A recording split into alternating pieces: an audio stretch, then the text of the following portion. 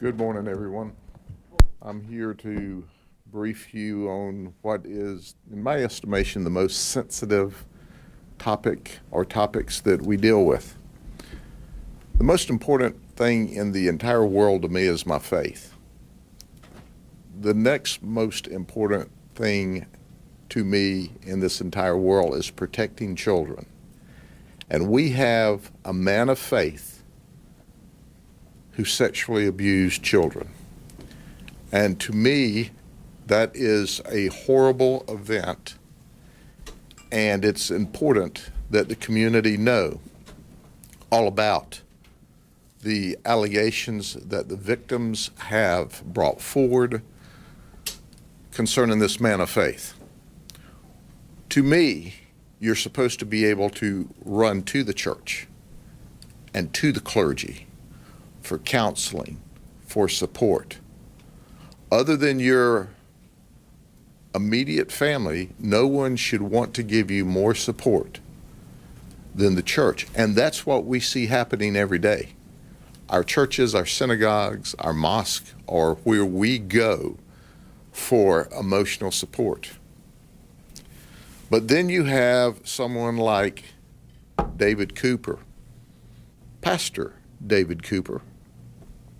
He is the pastor of the Mountain Movers Ministry Church in Eloise, Florida. And here's what we know through our investigation. The wife of David Cooper, who is Lisa Johnson Cooper, took a child less than 12 years of age who she had access to, and David had access to her, to the hospital to determine if she'd been sexually battered. Of course, the hospital notified the sheriff's office. We began our investigation, and what was determined at the conclusion of a very lengthy investigation was that this child that was taken to the hospital was the victim of lewd conduct in the child's presence. Our detectives, which are simply the very best in the business,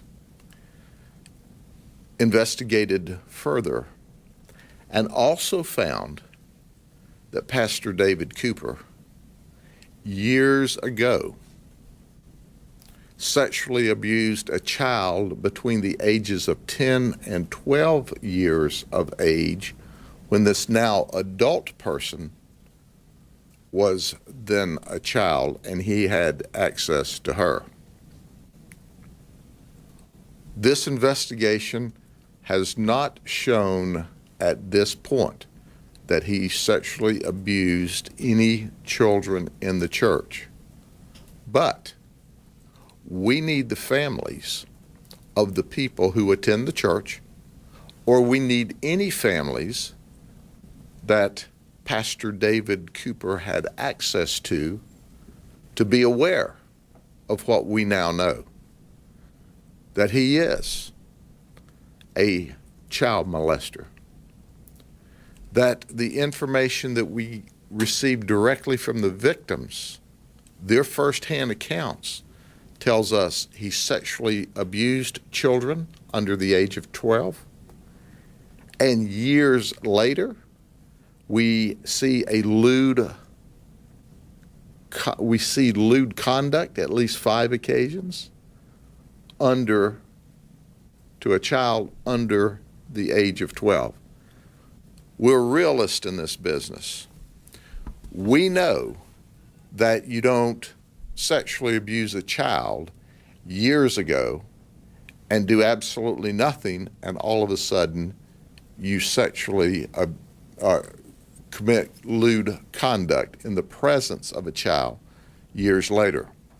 So what we want to know is, are there other victims, and where are those victims, and please bring them forward.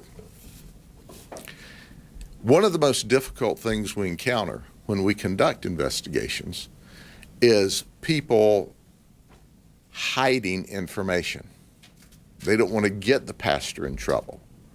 They don't want to get the husband in trouble. And therefore, Wives, it's hard to believe, but will be in total denial that their husband can commit horrific acts, or will just flat tell you things that aren't true to cover up for their husbands who are sexual child molesters and predators. So at the end of the day, this rocks the very core of what this country is about. When your faith leader is attacking children under the age of 12, well under the age of 12, you've cut against the grain of two of the most precious things that we have in our world, our children and our faith. Our goal, and you can see a pre-book photo of Pastor David Cooper and a bookend photo of Pastor Cooper. We want you to see him in his different looks, because our goal is to make sure he never has access to children again. And you can help us. You can also help us identify other victims if, in fact, they exist. Don't be in denial. Child abuse, child neglect, sexual battery of children, lewd conduct with and in the presence of children exist only when adults hide it. Children will tell you the truth. Any questions? Was his wife charged, or was she hiding? His wife actually took the child to the hospital initially to determine if the child had been a victim of sexual battery. And the physical examination showed no evidence of sexual battery. However, through our investigation, we determined that the pastor committed lewd conduct in the presence of this child that he had access to on, I think, 5 different occasions or 4 different occasions. But in any event, the wife got the ball rolling.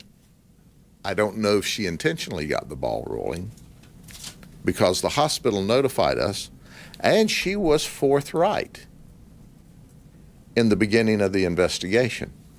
But when it became abundantly evident her husband was in trouble, she started defending, covering up, not cooperating as we had hoped she would. But here's a message to the ladies.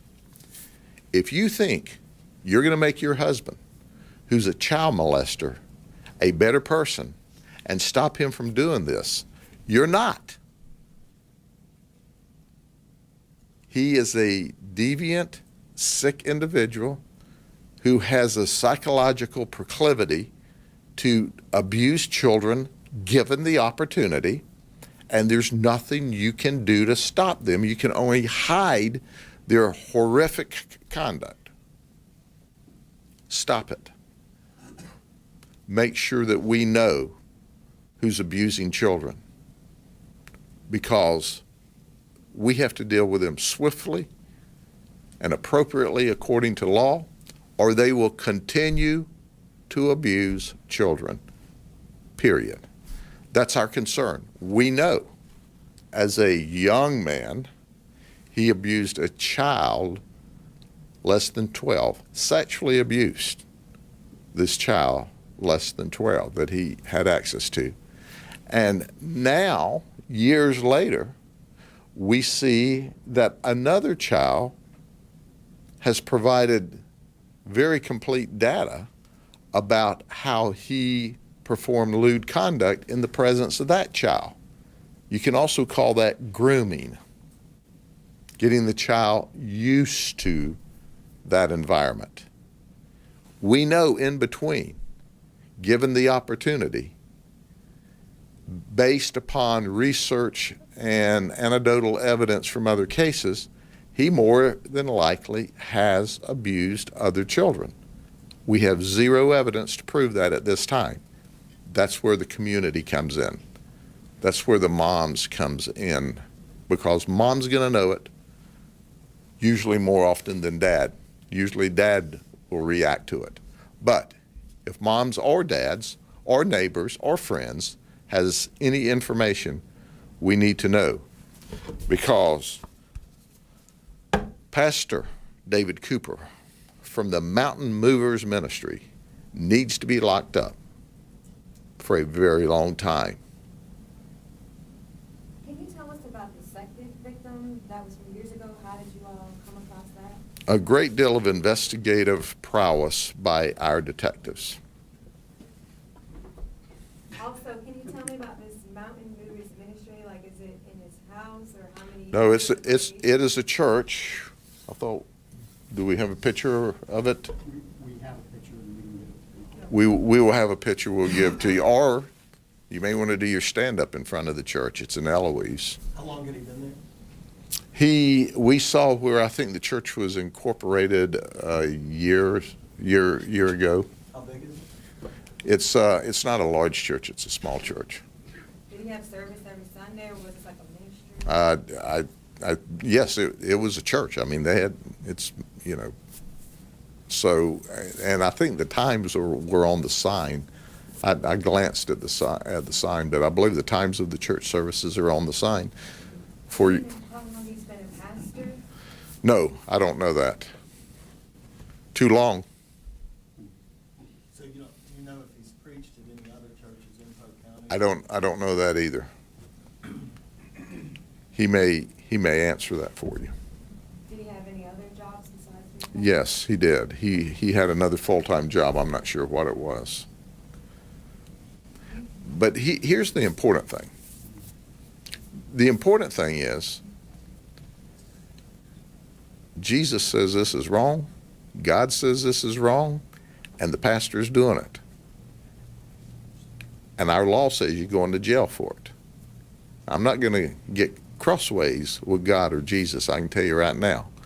But this preacher he's got to answer to us, and then there's a higher court he'll answer to later on. Do you have any idea if he and his wife have other children? I don't know about any of his children, how many children. I have no information. I don't know whether it's his first marriage, second marriage. I'm not sure. But I do know this, that these cases are always difficult to make, because wives don't cooperate, wives become defensive, wives are in denial, or wives just don't believe the obvious. Fortunately, this is a good, strong case. It can always be stronger. There are other victims, and we need to know about it. You mentioned, If there are. We have no evidence. Yes, ma'am. you mentioned that this lewd conduct victim had some strong evidence. Is this something like lewd pictures on a cell phone or something? We're not going to talk about all the evidence today, but the affidavits, the redacted affidavits, will give you some idea of the evidence we have. Okay? Can we have the two photos together? Would you like to see the two photos together? This is what you look like when you're first arrested. This is what you look like at bookend.